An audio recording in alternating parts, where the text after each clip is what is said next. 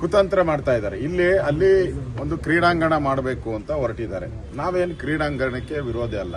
ಒಂದಲ್ಲ 10 ಮಾಡಲಿ, ಒಂದಲ್ಲ 10 ಕ್ರೀಡಾಂಗಣ ಮಾಡಲಿ. ಮುಮ್ಮಡಿ ಕೃಷ್ಣರಾಜ ಒಡೆಯರ್ ಪ್ರಾರಂಭ ಮಾಡಿದ್ದು ಅದೇನೋ ಗೊತ್ತಿಲ್ಲ. ಮುಮ್ಮಡಿ ಕೃಷ್ಣರಾಜ ಒಡೆಯರ್ ಅಂದ್ರೇನೆ ಅವ್ರಿಗಾಗಲ್ಲ, ಕಾಂಗ್ರೆಸ್ ಅವ್ರಿಗೆ. ಪ್ರತಿ ಸರಿನೂ ಕೂಡ ಅವರೇನು ಮಹಾರಾಜರು ಏನು ಮಾಡಿದ್ದಾರೆ, ಅವ್ರಿಗಿಂತ ಸಿದ್ದರಾಮಯ್ಯನವರೇ ಜಾಸ್ತಿ ಒಳ್ಳೇದು ಮಾಡಿದ್ದಾರೆ. ಅವರ ಏನೇನಿದೆಯೋ ಮುಚ್ಚುವಂಥ ಪ್ರಯತ್ನವನ್ನು ಮಾಡ್ತಾ ಇದ್ದಾರೆ. ಇದು ಒಳ್ಳೇದಲ್ಲ. ಒಂದು ಅಲ್ಲಿ ಬಾಯ್ಲರು ಇರೋವಂಥದ್ದು, ಮತ್ತು ಅಲ್ಲಿ ರೇಷ್ಮೆ ತಯಾರು ಮಾಡೋದು, ಅಲ್ಲಿ ಬೇಯಿಸ್ತಾರೆ, ಅದರದ ವಾಸನೆ ಎಲ್ಲ ಭಾಳ ದಟ್ಟವಾಗಿ ಬರೋವಂಥದ್ದು. ಮತ್ತು ಬಾಯ್ಲರು ಕೂಡ ಇರೋದ್ರಿಂದ ಏನಾನ ಸಿಡಿದ್ರೆ ಅಲ್ಲಿ ಸ್ಪೋರ್ಟ್ಸ್ ಏನಾನ ನಡೀತಾ ಇದ್ದಾಗ ದೊಡ್ಡ ಸಂಖ್ಯೆಯಲ್ಲಿ ಒಂದು 5-6 ಸಾವಿರ ಜನ ಸೇರಿದಾಗ ಈ ಥರದ ಅನಾಹುತ ಆದರೆ ದೊಡ್ಡ ಇದಾಗ್ತದೆ. ಬೇರೆ ಜಾಗನೇ ಇಲ್ಲ, ಗತಿ ಇಲ್ವೋ ಇವರಿಗೆ, ಯೋಗ್ಯತೆ ಇಲ್ವಾ? ಆ ತಮನ್ನಾ ಭಾಟಿಯಾ ಅಂತ ಯಾರೋ ಫಿಲಮ್ ಆ್ಯಕ್ಟ್ರಿಗೆ 7 ಕೋಟಿ 8 ಕೋಟಿ ಕೊಡ್ತಾರೆ. ಖರ್ಚು ವೆಚ್ಚ, ಫ್ಲೈಟ್ ಚಾರ್ಜು, ರೂಮು ಎಲ್ಲ ಸೇರಿದ್ರೆ ಕೊಡ್ತಾರೆ. ಅದೇ ದುಡ್ಡು ಇಲ್ಲೇ ಕೊಟ್ಟು ಜಮೀನು ತಗೊಂಬೋದಾಯ್ತಲ್ಲ. ಅದನ್ನು ಬಿಟ್ಬಿಟ್ಟು ಅದೇ ಜಮೀನನ್ನು ಒಡೆಯುವಂಥ ಪ್ರಯತ್ನ ಯಾಕೆ? ಗ್ರೌಂಡ್ ಮಾಡೋಕ್ಕೆ ಬೇರೆ ಜಾಗ ಇಲ್ವಾ? ಇದು ಲಾಭ. ಈ ವರ್ಷ ನಾನು ನೋಡಿದೆ 96 ಕೋಟಿ ಲಾಭ. 96 ಒಂದು ಸರ್ಕಾರಿ ಸಂಸ್ಥೆ. ನಾವು ಕನಸು ಮನಸ್ಸಲ್ಲಿ ಯೋಚನೆ ಮಾಡೋಕ್ಕಾಗಲ್ಲ.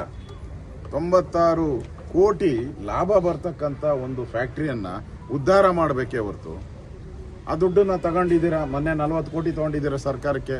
ಪಾಪರ್ ಆಗಿದೆಯಲ್ಲ ಸರ್ಕಾರ, ಪಾಪರ್ ಆಗಿ ಭಿಕ್ಷೆ ಬಿಡ್ತಾ ಇದ್ದಾರೆ.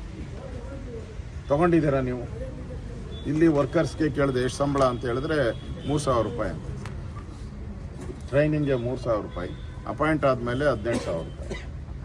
ಇಲ್ಲಿ ದುಡಿಸ್ಕೊಂತೀರ ಅವ್ರ ಕೈಲಿ, ಲಾಭನ ಮಾತ್ರ ನಿಮ್ಮ ಜೋಬಿಗೆ ಹಾಕ್ಕೊಂತೀರ. ಫ್ಯಾಕ್ಟ್ರಿನ ಮುಚ್ಚಕ್ಕೆ ಹೊರಟಿದ್ದೀರ. ಇದಾಗಬಾರ್ದು. ಇದೊಂದು ಇದೊಂದು ರಾಜ್ಯದ ಪ್ರತಿಷ್ಠಿತ ಕಂಪನಿ. ಇದು ಮೈಸೂರು ಮಹಾರಾಜರು ಪ್ರಾರಂಭ ಮಾಡಿದ್ದು. ಇದು ಹೀಗೆ ಉಳಿಬೇಕು, ಕಬಳಿಕೆ ಆಗಬಾರ್ದು. ಇಲ್ಲಿ ಸುಮಾರು ಒಟ್ಟು 1200 ಜನ ಕಾರ್ಮಿಕರು ಕೆಲಸ ಮಾಡ್ತಾ ಇದ್ದಾರೆ. 3 ಫ್ಯಾಕ್ಟ್ರಿ. ಆ ಫ್ಯಾಕ್ಟ್ರಿ ನಿಂತೋದ್ರೆ, ಟಿ ನರಸೀಪುರ ನಿಂತರೆ ಮೈಸೂರು ಮುಚ್ಕೊಂಡು ಹೋಗ್ಬೇಕು, ಚನ್ನಪಟ್ಟಣನೂ ಮುಚ್ಕೊಂಡು ಹೋಗ್ಬೇಕು. ಯಾಕಂದ್ರೆ ನೂಲು ಬರ್ತಾ ಇರೋದೇ ಅಲ್ಲಿಂದ. ಇಲ್ಲಿ ಹುನ್ನಾರ ನಾನು ಕೇಳಿದ್ದು, ಕಾರ್ಮಿಕರ ಒಂದು ಮಾತಲ್ಲಿ ಕೇಳಿರೋವಂಥದ್ದು, ಅದು ಮುಚ್ಚಿಬಿಟ್ರೆ ಇಂಪೋರ್ಟ್ ಮಾಡ್ಕೊಬೋದು. ಚೈನಾದಿಂದ ಬೇರೆಯಿಂದ ಕಮಿಷನ್ ಸಿಗ್ತೈತೆ. ಇಲ್ಲಿ ಕಮಿಷನ್ ಸಿಗಲ್ಲ. ನೀವು ಇಂಪೋರ್ಟ್ ಮಾಡ್ಕೊಂಡ್ರೆ ಕಮಿಷನ್ ಕೊಡ್ತಾರೆ. 30% 50% ಇವ್ರ ಕಮಿಷನ್ ಬರ್ತೈತೆ.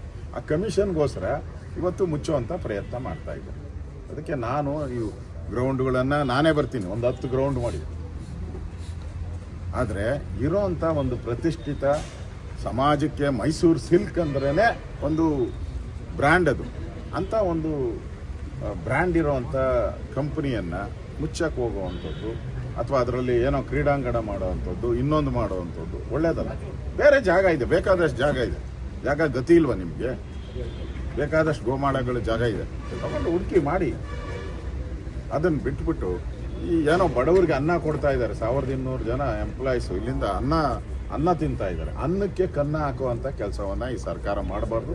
ಇದ್ರ ವಿರುದ್ಧ ಹೋರಾಟ ಮಾಡೋಕ್ಕೋಸ್ಕರ ನಾನು ಈ ಎಲ್ಲ ಅಂಶಗಳು ಸರ್ಕಾರ ಗಮನಕ್ಕಿಲ್ವಾ ಸರ್? ಹಾಗಾದ್ರೆ ಮೈಸೂರು ಸಿಲ್ಕ್ನ ಇದಾಗುತ್ತೆ ಮುಚ್ಚಿದ್ರೆ ಇಲ್ಲ 5 ಎಕರೆ ಅದು ಜಾಗ ಕೊಟ್ರೆ ಅನ್ನೋಂಥದ್ದು ಇಲ್ಲ. ಅಲ್ಲಿ ಯಾರೋ ಒಬ್ಬ ಕಾಂಟ್ರಾಕ್ಟ್ರು ತಗೊಂಬಿಟ್ಟಿದ್ದಾನಂತೆ. ಅವನು ಕಾಂಗ್ರೆಸ್ ಕಾರ್ಯಕರ್ತ, 12 ಕೋಟಿಗೆ ತಗೊಂಬಿಟ್ಟಿದ್ದಾನೆ. ಅವನು ಒತ್ತಡ, ಅವನು ಕಮಿಷನ್ ಬರ್ತೈತಲ್ಲ, 60% ಕಮಿಷನ್. ಅದರಲ್ಲಿ ಅವ್ನಿಗೆ 5-6 ಕೋಟಿ ಲಾಭ ಬರ್ತೈತೆ. ಅವ ದುಡ್ಡು ಹೊಡಿಬೇಕು. ಅದಕ್ಕೆ ಅವನು ಒತ್ತಡ ಮಾಡ್ತಾ ಇದ್ದಾನೆ ಸರ್ಕಾರದ ಮೇಲೆ.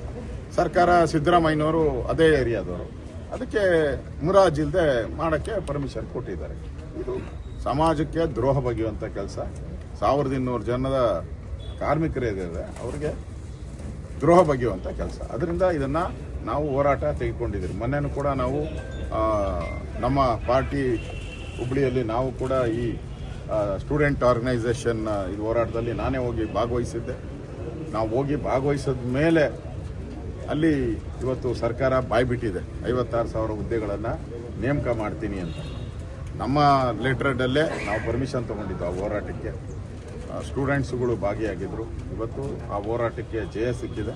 ಹಾಗೆ ಇದೇ ರೀತಿ ಈ ಹೋರಾಟಕ್ಕೂ ಕೂಡ ಸರ್ಕಾರಕ್ಕೆ ಕಣ್ಣು ತೆರೆಸುವಂಥ ಕೆಲಸವನ್ನು ಮಾಡ್ತಾ ಇರುವಂಥ ಅನ್ಯಾಯವನ್ನು ನಾವು ಮಾಡುವಂಥ ಕೆಲಸವನ್ನು ಮಾಡ್ತೀವಿ. ಸರ್, ಇಷ್ಟೆಲ್ಲ ಗೊಂದಲಗಳ ನಡುವೆ